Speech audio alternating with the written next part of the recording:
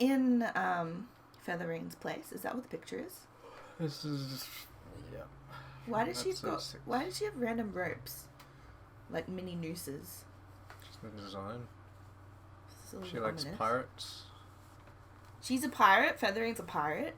Well, it looks like she's on... It looks like the kind of ropes you see on a ship. Hang ropes? What? Oh, no, yeah, no, I see it. Maybe Featherine is a pirate storyteller. She's a witch. Well, they're all witches, but maybe her human form is a pirate. And that's why she's good at telling stories. She's not... I don't know how to say this. She's more of the spectator, she calls herself.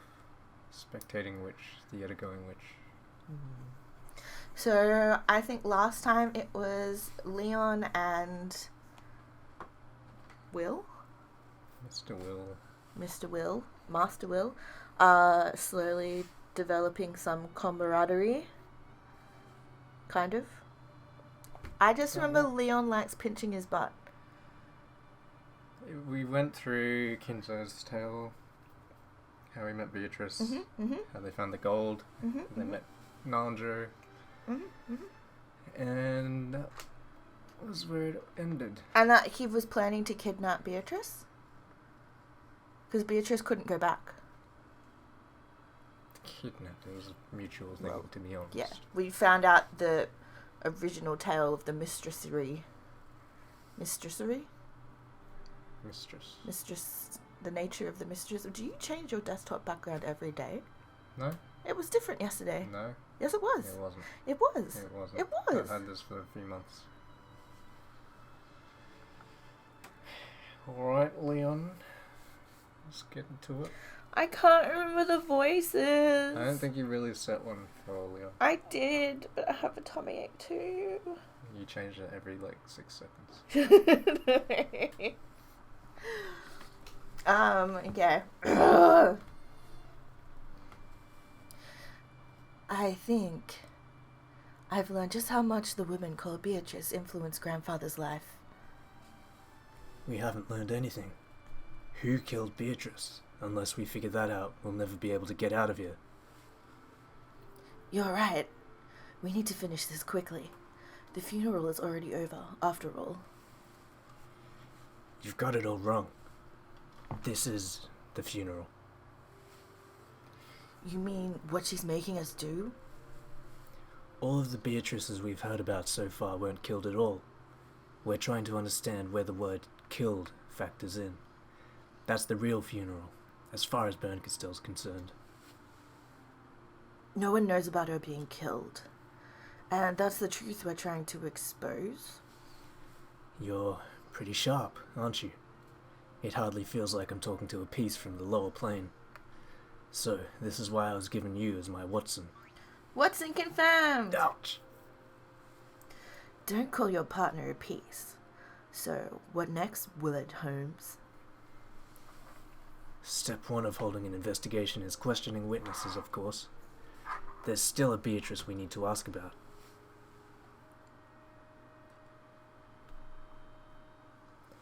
To indicate whom they should talk to next, Will nodded in the direction of George, Jessica, and Maria. Maria seemed to be lecturing the others about something. It feels like so long since we've seen Maria. She keeps dying. I don't know, Maria. Wow. Maria. Beatrice sounds pretty incredible. Yeah. And then inside an upside down cup, she made tons of candies appear out of nowhere. Inside the overturned cup? Amazing. Sounds like magic to me. Marie-chan really does love witches and magic. We could hardly avoid consulting our local authority on witches. When looking for someone to ask about Beatrice, Maria rose to the top of the list. The Beatrice she spoke of wasn't the real Beatrice, the one Kinzo and the others had talked about. However, here and now, on the Rekenjima of 1986, the name Beatrice probably refers to the person Maria's always talking about. I don't see Battler anywhere. Ushiremiya Battler, the one who was forced to fight as Beatrice's opponent in many games, and the most important person in this game, is Tail.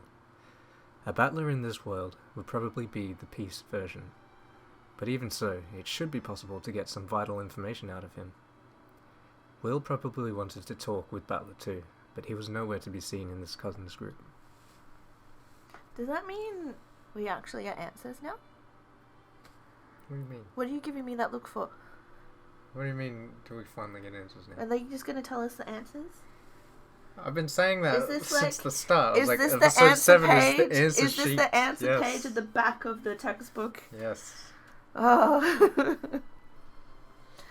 Balakun did not attend this funeral. It's a shame, seeing as he's the cousin closest in age to me.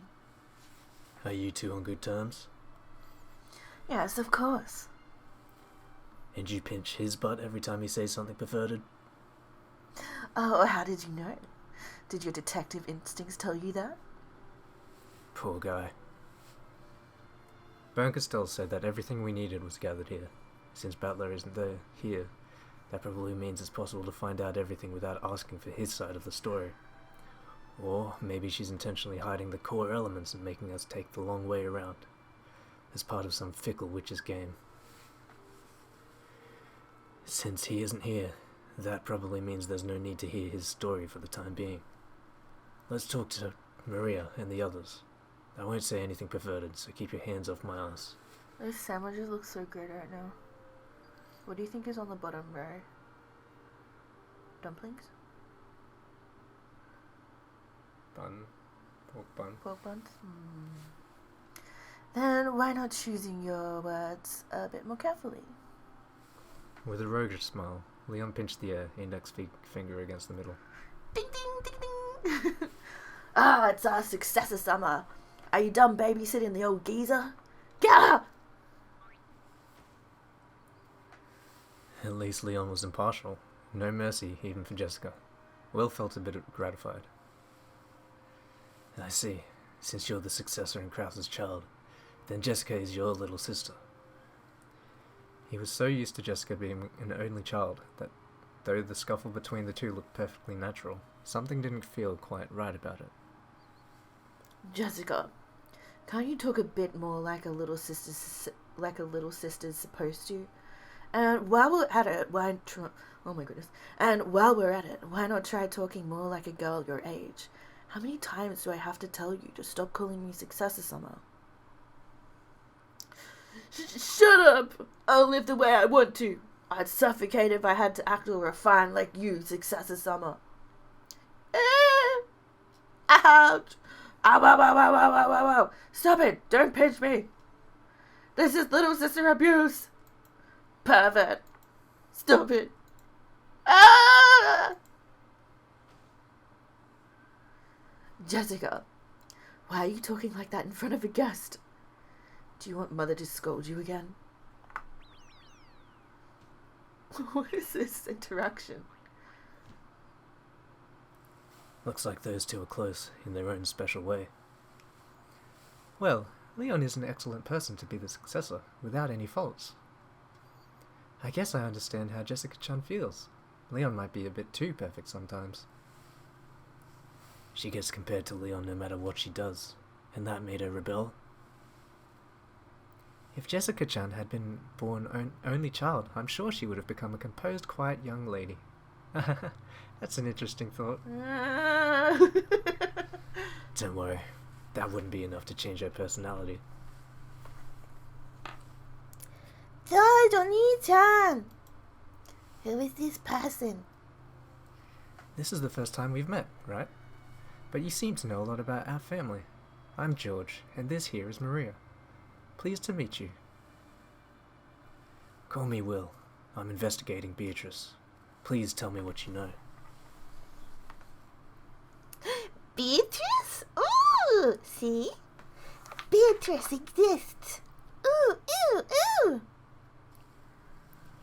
Though Maria had looked hostile towards this unfamiliar man, as soon as she heard the name of the witch she loved pass his lips, her eyes began to sparkle. Hey, Maria-chan, you've got to greet our guest properly. My name is Ushiromia Maria. I'm glad to meet someone who knows Beatrice. Ooh! Handshake! Ooh, ooh! Maria suddenly stuck out her small hand, and Will reached out for it reflexively.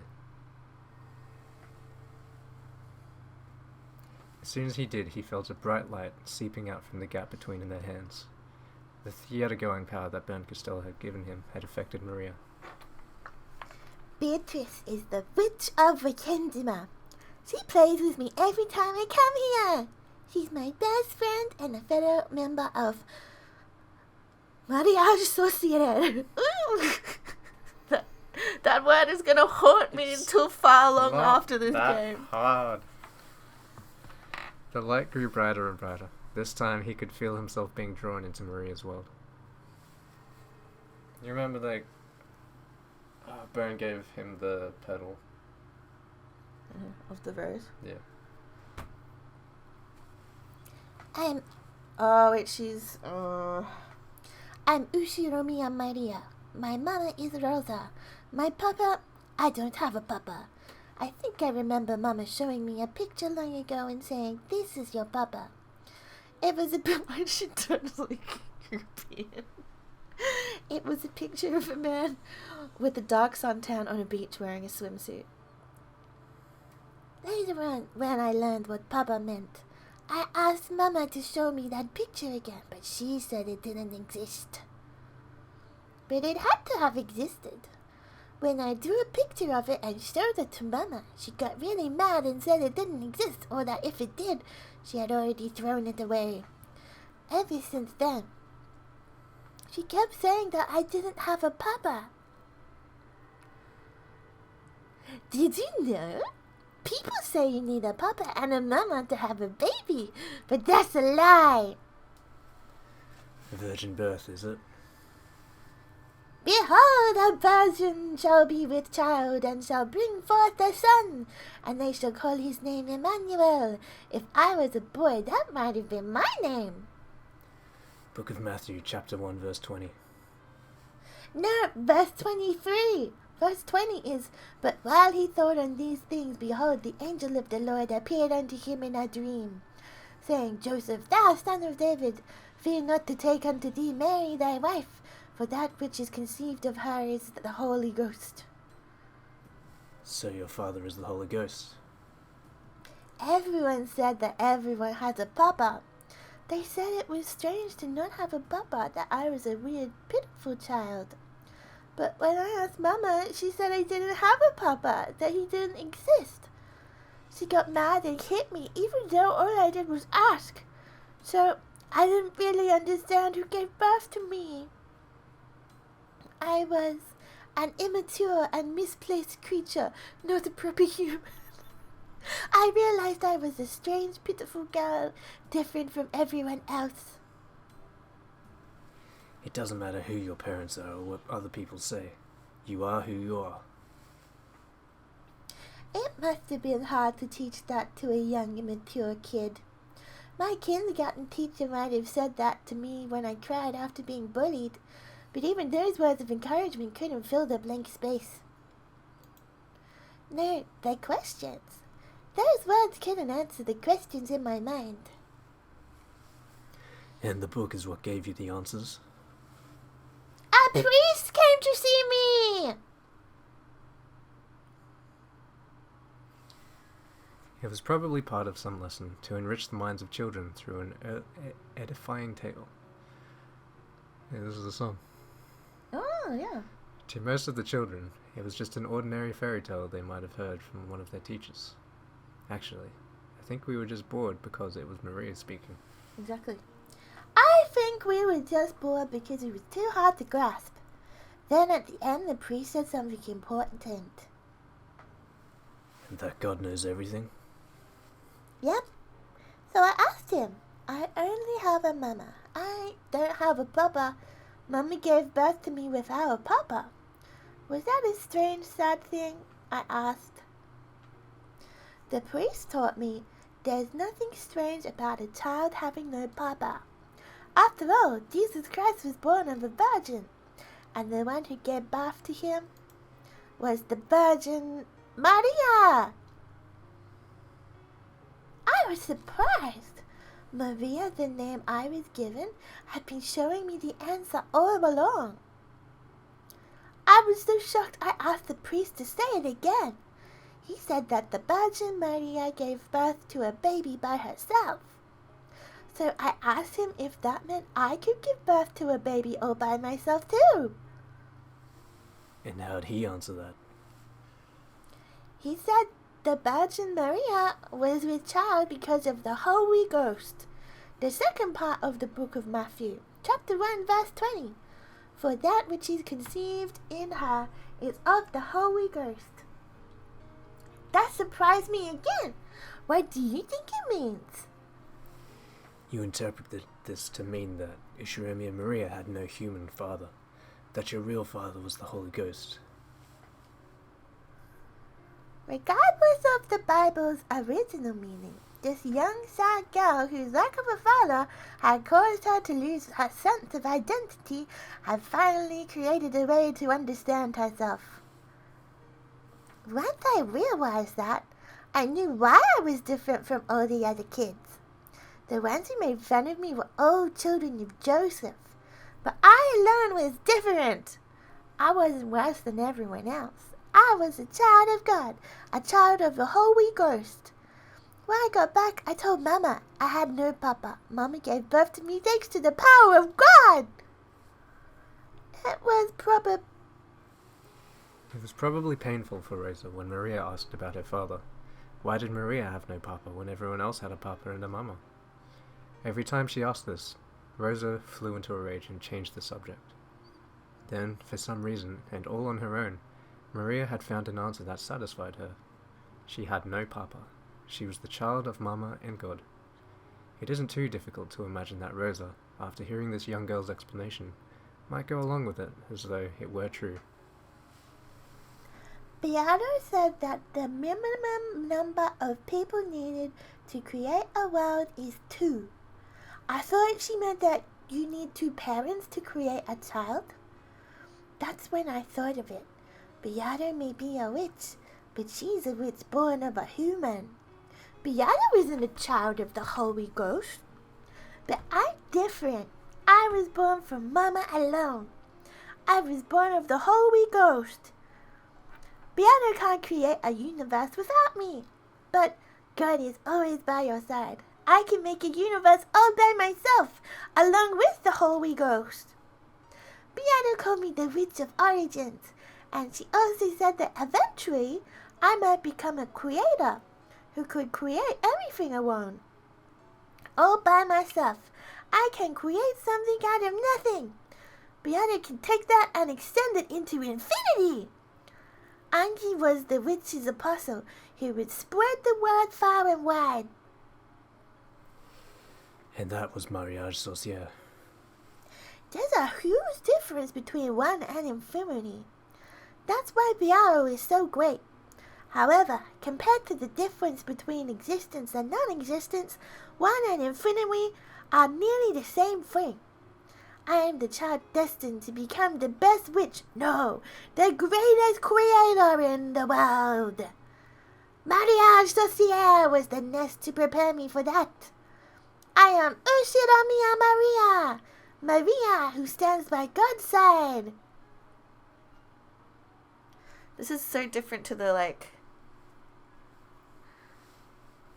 what is it, like the magic circles and the scorpions and the Halloween candy coming out of bodies.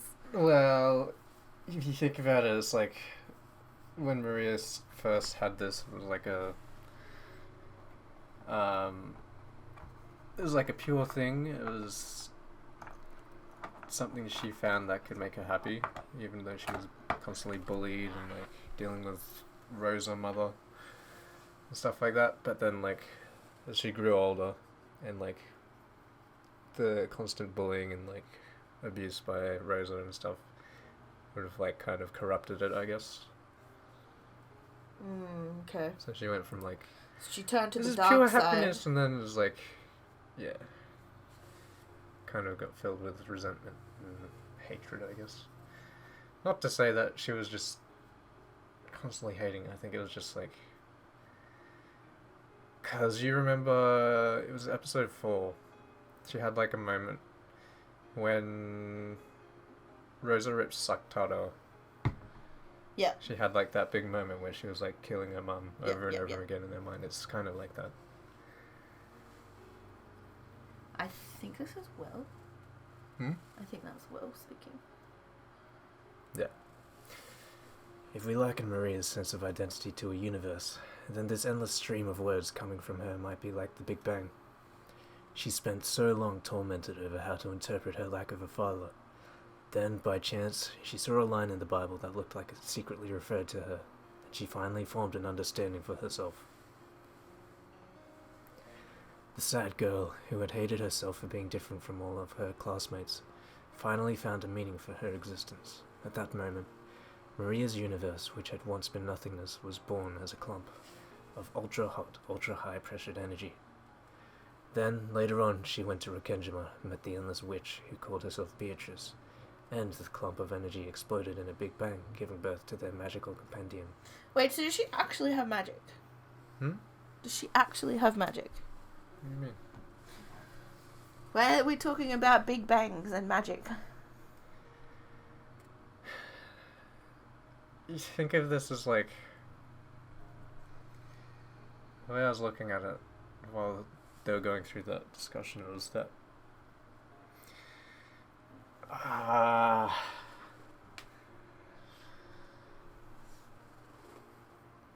Beatrice was saying that she could become a creator, right? Mm-hmm. Create something from nothing. Mm-hmm.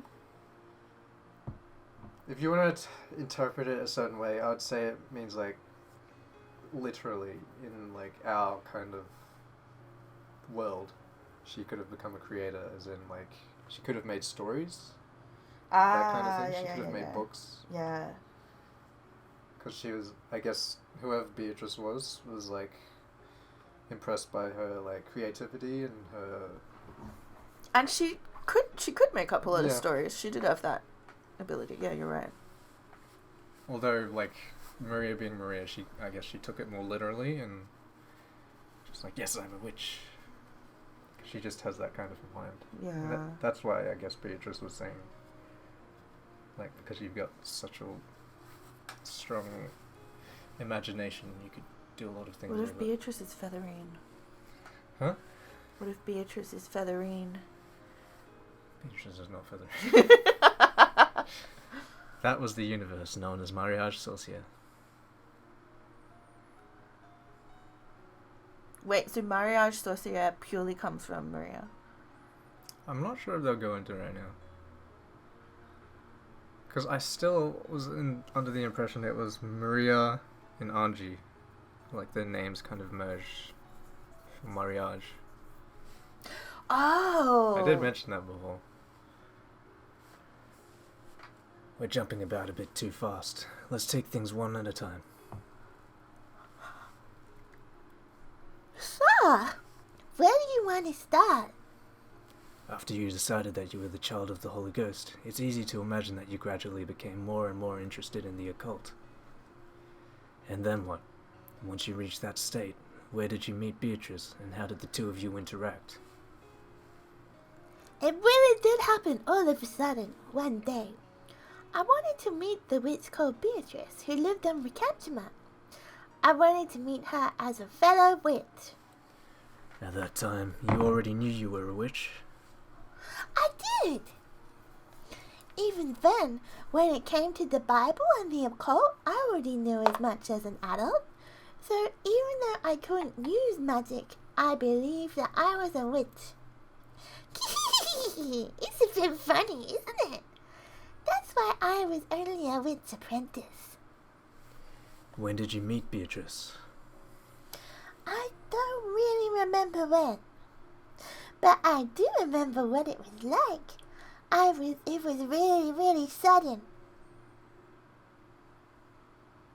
Oh, are we going back? Huh?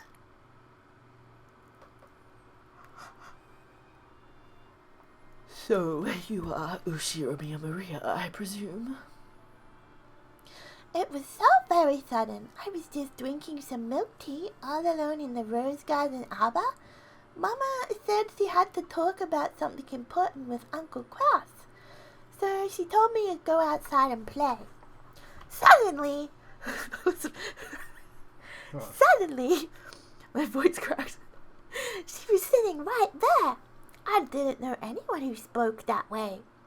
I quickly realized that she was someone I didn't know at all. Who are you? You're the one who wanted us to meet. Here I am welcoming the witch who came to visit my island, and yet you ask my name? And dissect that a little bit.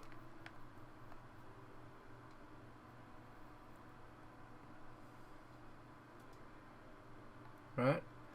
It was someone she didn't know at all. So she was alone in the rose garden, just drinking her tea. Yeah. And then suddenly someone was sitting there. And instead of being like, I don't recognize this person's appearance, she says, I didn't know anyone who spoke that way. And because they spoke a different way, she was like, oh, maybe I don't know this person. And if you think Beatrice of the portrait, well, I guess I don't know if the portrait was there at this time. We don't know when this Wait, is that like a cosplaying Beatrice just wandering around the island? Is one of the servants just like cosplaying as Beatrice for Kinzo's sake? I'm saying like, I don't know if the portrait was up at this point, so I'm not sure if Maria knew of Beatrice at this point. But what I was saying is she didn't say because of her appearance I didn't recognize her. It was because of the way she spoke that I didn't recognize her. Okay.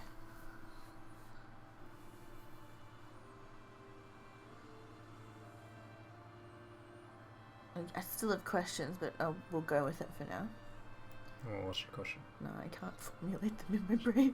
My brain's not working now. It's been so long since I've been able to cackle. Alright, does she know? Yep, okay. But Beatrice?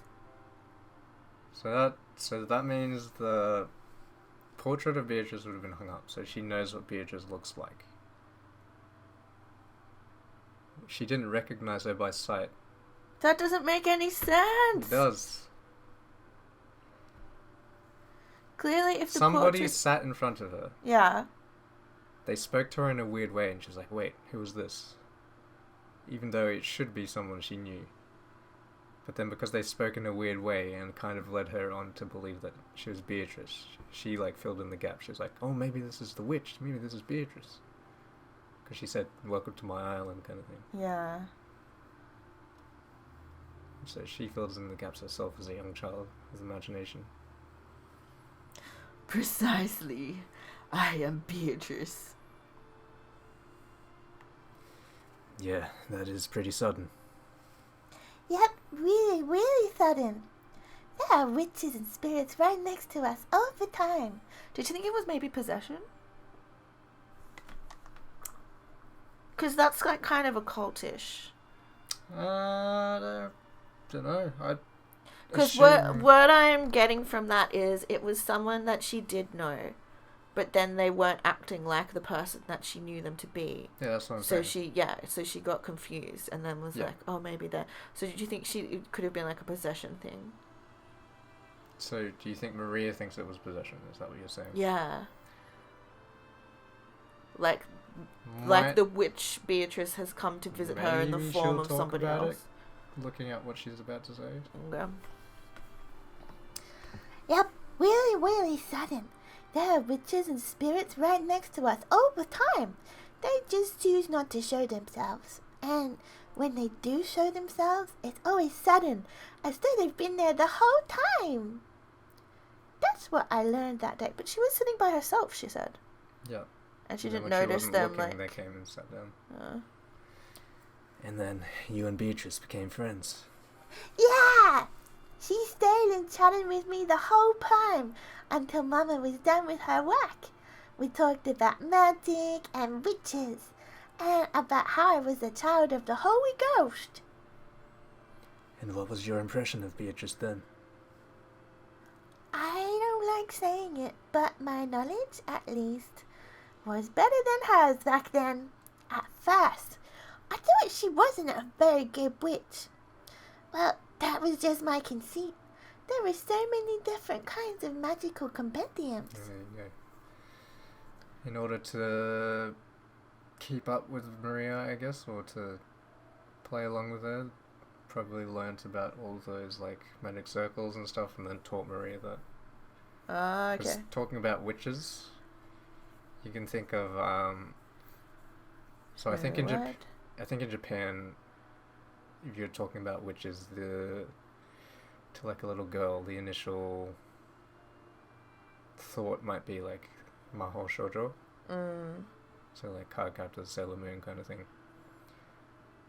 Whereas to like someone a bit older, maybe they're going to think of like the crooked nose witch, classic Western style. Plus, mine was based on self-study. I probably only viewed Beato that way because her magical compendium was different from mine. It wasn't long before I came to regret that and apologized. Apologized? Did Beatrice do something to win your respect? I see. So she showed you magic. Which was the candy.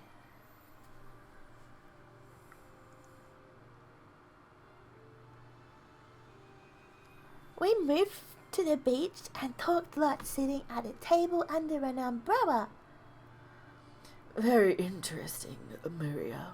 I see you've been quite diligent in your studies. At your age, to be capable of teaching a 1,000-year-old witch such as myself is truly an accomplishment worthy of admiration. So, what sort of magic can you use? Magic? If you call yourself a witch, you must be able to show me some sort of magic, correct? I was stunned for a second. Of course, it should have been obvious. I was the child of the Holy Ghost. And since I studied so much of the occult, I was also a witch, not a human. Until that day, I had been so sure of both of those things. So when I was asked what sort of magic I could use, it left me in a daze. When one knows of magic and can speak of it, they finally reach the rank of apprentice. One is only a witch if they can put such knowledge into practice and use magic, correct? So, I'm not a witch yet? You have studied well, and I can sense a very rare talent within you. One day you may become a witch so great that even I could not compare, or perhaps even a creator, as you have told me. However, you are still young and immature. You are, yes. You are an apprentice. A witch apprentice, you might call it. So, does that mean you can use magic, Biabo? Of course. I could not call myself a witch otherwise. Incredible! Show me! I want to see your magic! Until this day, Maria had never doubted the magic-themed idea that she was the child of the Holy Ghost. However, no one had even proven to her that occult phenomena actually existed. You can see it's like she's seeing it from like a religious standpoint. So you've got like... Wait, Maria is? Yeah, so you've got like the holy side of things, and then you've got like the dark, like witch side of things. And it kind of like, I guess, meshes For Maria. as she grows up, yeah. Maria could create a universe all by herself.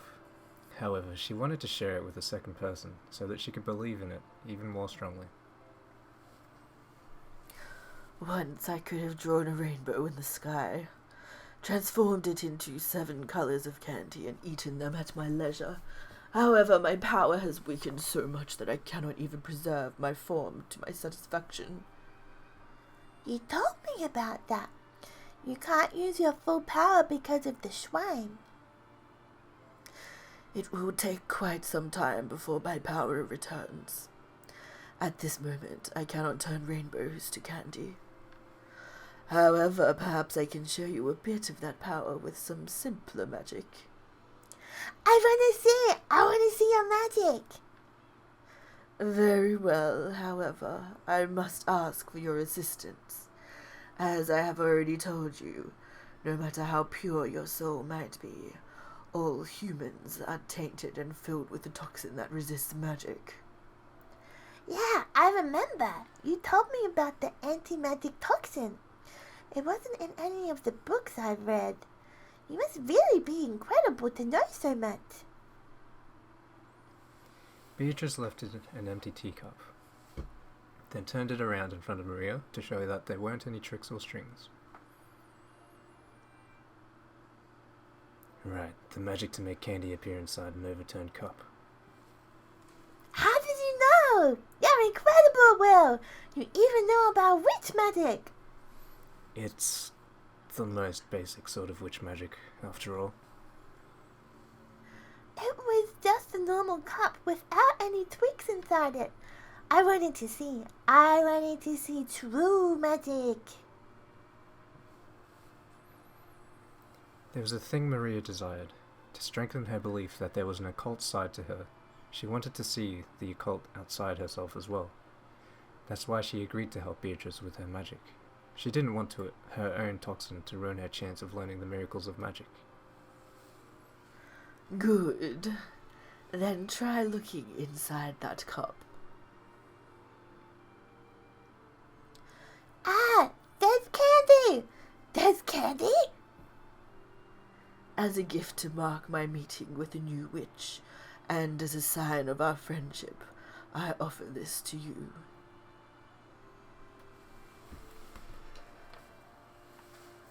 That's Maria. This was a true miracle of magic. For the first time, I felt shame and embarrassment at my conceit. I could feel that sense of omnipotence disappear. The idea that I was the child of the Holy Ghost and the most important and special person in the world. Instead of a child of the Holy Ghost who can't actually do anything, I'd rather be a witch who can use magic. Ushiromiya Maria wants to become a witch. Starting off as a witch apprentice, I was already fascinated by Beato. I want to become a real witch too. I want to be your disciple. How modest. You already have an abundance of talent and diligence. Also, though it may have been different when I was at my full power, I cannot take on a disciple in my current state. So I can't become a witch's disciple?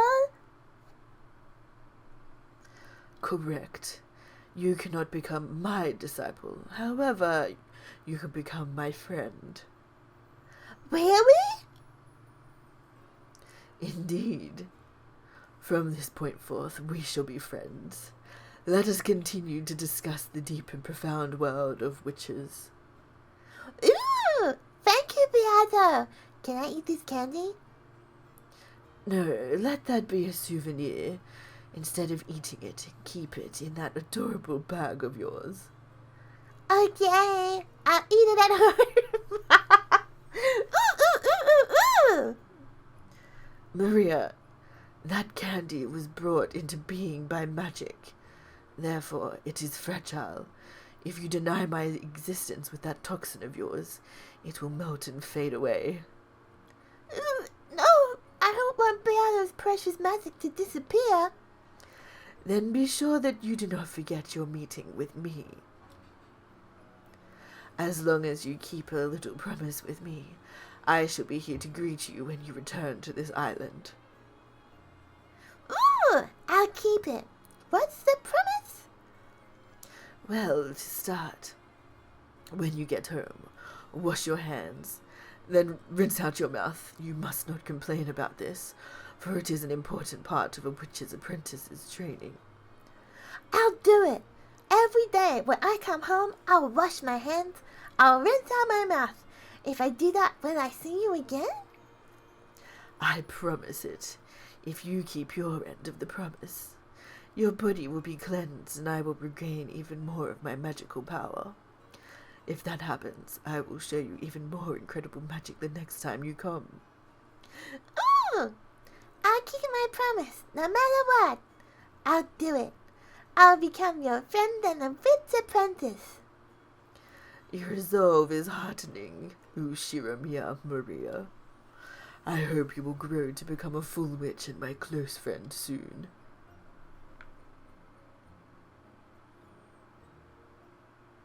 What does that do? What? Wash your hands and rinse your mouth out? Well, when I was in Japan, that's what they would do with my host's brothers. But why? It was for hygiene. Exactly. Yeah, it was. No, I know what was going on. I was like, it's kind of cute. She didn't like pick it up, but it was like you do these things because it's good for you, and don't complain about it at the same time. So it's kind of an insight into, I guess, the Beatrice. He probably understands the situation with Maria and Rosa, and how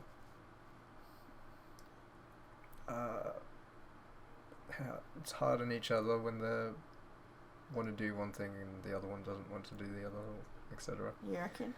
So it's like, just like, I can at least like get Maria to like be excited to do this one thing that she should do, like a chore. Maybe she won't be picked on as much. Yeah, it might help her in her like family situation at home. I don't know. Maria's stories and stuff, I really love them. They're so sad though. Yeah, it's like, because she's like just a child, she's like innocent and like she doesn't understand a lot of things. Yeah. And the way she interprets things sometimes is just like, oh, the brain. I don't know if they mentioned it, but it was like the whole like every class has one bullied kid, and if I'm the bullied kid, then I'm saving the other kid from being bullied, kind of thing. That, I don't know if that was in Maria's story or if that was in Angie's story. Well, no, I think it was Maria's. It would Yeah, have it would been have in been tandem Maria's. because Angie was reading Maria's diary. Yeah, true.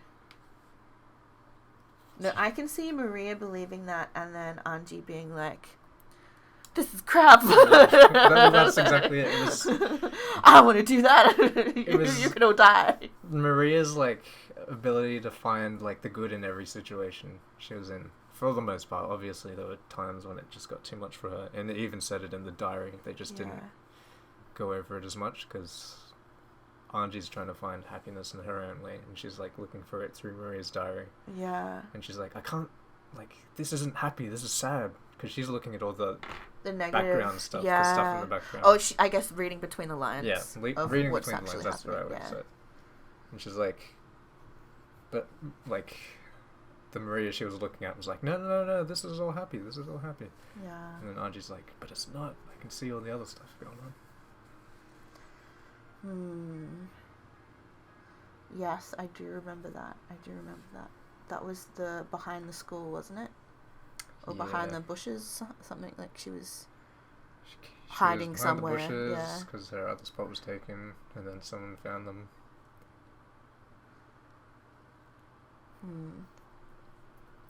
I think that was the first time I met Beatrice. And was that candy still there when you got home? Yep. But I doubted a little, so it was all melty. I regretted almost doubting her. If I doubted her more, the candy would have disappeared completely. I almost lost the proof of the magical miracle that had happened before my eyes. A piece of candy melted? I think it was more of a caramel than a normal candy. It was all lumpy, just starting to melt. About what time of the year did this happen? I'm not too sure, but I remember that the milk tea had ice in it. Why does that matter? Never mind. Did you tell Rosa about your meeting with Beatrice? Yep, I told everyone about it at dinner that day. Uncle Kraft laughed at me. Then Mama, who was sitting next to me, got mad and told me to stop talking about it. Ooh! Next to you? By your family's ranking system, your seat shouldn't be next to Rosa's. It wasn't a family conference. It was just where Mama and I came to visit. So that was only Uncle Krause's family, Mama, and me. There were fewer people, so we didn't sit in the same spots as the family conference. And Rosa was sitting in the seat next to you. Yeah? Why does it matter? It doesn't. Have you ever met with Beatrice outside Rikkenjima? No, after all, Beatrice's body is fragile, so she can't go wherever she wants. I said I wouldn't mind letting her possess me, but she said she couldn't because she couldn't leave the island. There's your possession. And after that, you met her every time you came to Rikkenjima. Yeah! We became really good friends. The more I talked to Beate, the more I realized what an amazing witch she was. She showed me wonderful magic every time I saw her. Then she told me about a magical compendium that was different from mine, and we both talked together about the mysteries of magic. I wanted to reach her level as soon as I could. I wanted to become the kind of witch Beate was. Did you ever introduce Beatrice to your mother? Nope. She said Mama's toxin was too strong, so they couldn't meet each other yet. Almost all adults are no good when it comes to the toxin, because they're all tainted. Was anyone other than you able to see Beatrice? They couldn't at first. She said her magical power was weak, so her body would crumble if even a little bit of the toxin reached her. But she gathered magical power bit by bit, and she could eventually appear in front of other people who had small amounts of toxin. Who do you think that is? Other children? And who was that? There weren't many of them, just a few of the servants. The people who were in on it! Specifically. All of the servants here today. But not Goda-san, I think. So, there were 4 of them. Genji, Shannon, Cannon, and Kumasawa. And Dr. Nanto too. He's just become a servant at this point. Apparently, they would sometimes come to visit Maria and Beatrice's witch tea parties. Of course, they had only come by for minor things like bringing some more tea. However, they were certainly aware of Beatrice and even talked with her. How did the servants react to Beatrice? She was a guest who shouldn't have existed. Weren't they surprised? Of course not. After all, Beatrice is the other master of the mansion. She said that the servants treated Beatrice as an honored guest, and this is not me talking. Sometimes they were permitted to witness new miracles of magic along with Miria. So, on the Rikkenjima of 1986, the ones who could actually meet with Beatrice were you, Nanjo, and the 4 servants excluding Koro. For a total of 6? Yeah. Beata said she needed to store up much more magical power before she could appear in front of anyone else. So, she intended to show herself in front of more people sometime in the future. Yep. She said the day she made all of the humans acknowledge her would be the day of her resurrection.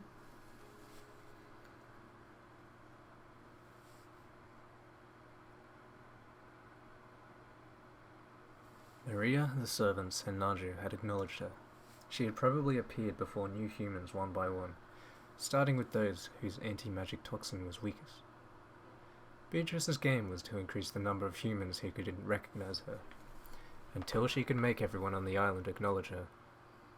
Of that, there can be no doubt. In that case, the last person Beatrice needed to appear in front of would be Battler, the one said to have the strongest anti-magical power. Does this mean Beatrice thought Battler would be the hardest to convince? It seems true that Battler was one of Beatrice's goals. However, if we go with that chessboard thinking Battler loves so much, Beatrice is trying to make people acknowledge her existence. Therefore, you might say that she's a character who can't exist unless people acknowledge her. Battler reached this idea himself as soon as the first game. Yes, there's something different about the Beatrice of 1986. She's different from the Italian Beatrice or the Ecuadorian Beatrice, both of whom certainly did exist. The Beatrice of 1986, the one we're so familiar with in a mysterious way, yet has no existence. What does it mean to kill this Beatrice who has no existence? The minimum number of people required to create a universe is 2. However, Maria said that even a single person could give birth to a universe. And yet, Maria desired a second person to nurture the world she had given birth to alone. Because if it was born and not nurtured, it would die and disappear. Let's replace the word universe with Beatrice. The minimum number of people required to create Beatrice is 2. However, even a single person could give birth to her. And yet, that single person desired a second person to acknowledge the Beatrice created by the first person. That meeting with the second person is the scene Maria has just described. The single person who created Beatrice looked for a second person to acknowledge Beatrice, and selected Maria. We don't need Frudo Erica's heartless reasoning to know that the teacup magic was a sleight of hand. Maria, believing in the story about the anti-magic toxin, would close her eyes whenever magic happened. Any sleight of hand would be possible while she had her eyes closed. The caramel Maria had been given as proof of her meeting with the witch had melted a little because Maria had doubted. In a season where one was likely to put ice in their tea, it was only natural for a caramel left in a bag to melt. We should remember Maria, the girl who's too trusting and will accept a story easily. Beatrice appeared at first in front of this girl who had, in the language of witches, very little anti-magic toxin. The creation of Beatrice can be thought of as an egg being laid. When a single person creates her, it's little more than a daydream. She's still inside the egg. If, and only if, a second person acknowledges her, the shell will crack and she'll appear. She will only appear if a second person comes to warm the egg. When Maria acknowledged Beatrice, she finally hatched and the chick was born. In that case, Mariage Sorcière, which nurtured Beatrice in her magical compendium, was like a nest. This is Beatrice, a woman with a dignified presence who calls herself the Witch of Rekenjima and who claims to have lived 1,000 years. That sounds less like the chick Beato, who appeared in the previous game, and more like Beato the Elder. So did the meeting Maria had just recounted mark the birth of Beato the Elder. The egg itself had already been created by the first person. Between then and the meeting with Maria, it matured immensely, inside its shell into a character with the dignified presence of 1,000 years. Then, when Maria acknowledged it, it hatched, and the Witch of Rekenjima finally gained a form. Perhaps that moment marks the birth of the Beatrice of 1986. The younger chick Beato was born out of love for Battler. Since that birth hasn't yet occurred at this point in time, I can't talk. The birth of Beato the Elder and the existence of Beatrice at this moment must have nothing to do with Battler. Are you enjoying this reasoning, Ben Castell? If you are, let's at least have some applause from the spectators. Well, thank you. Great. Thanks a bunch.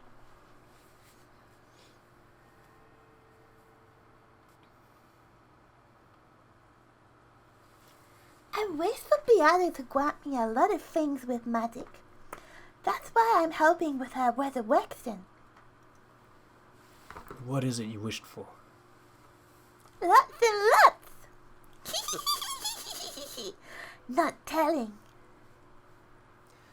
So, you wanted to protect your mama from the Black Witch. How did you know that? You're incredible! Ooh! And you're already sure that you'll never be able to get that world back without a witch's help? Yep. I love Mama. She's so nice. I want to be with her forever. For all eternity. Rose is probably like, no!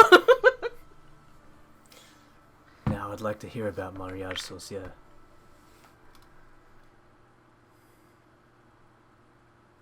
What's wrong?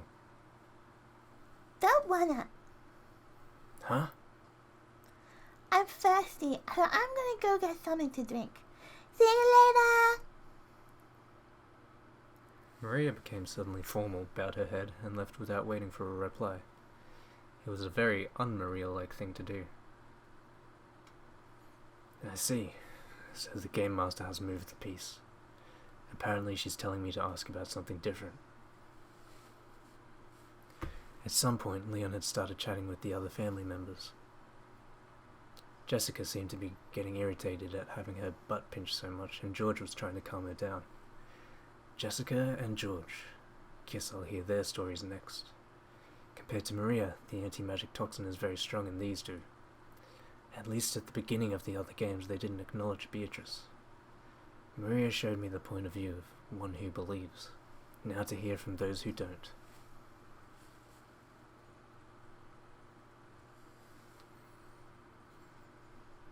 The end. Nocturne of Truth and Illusions. Maria's voice is so different to what it originally was. My Will voice is just Okonogi's, just not as raspy.